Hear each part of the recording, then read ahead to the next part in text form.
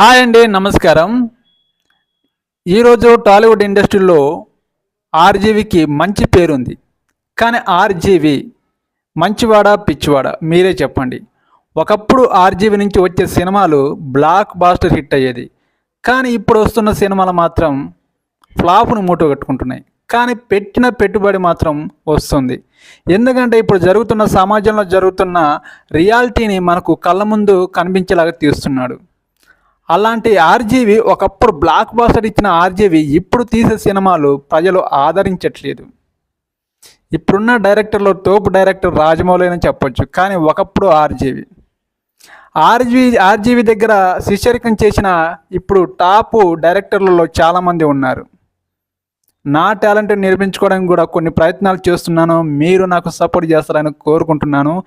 ఇలాంటి డైరెక్టర్లు వస్తుంటారు, పోతుంటారు. రోజుకో ఇండస్ట్రీ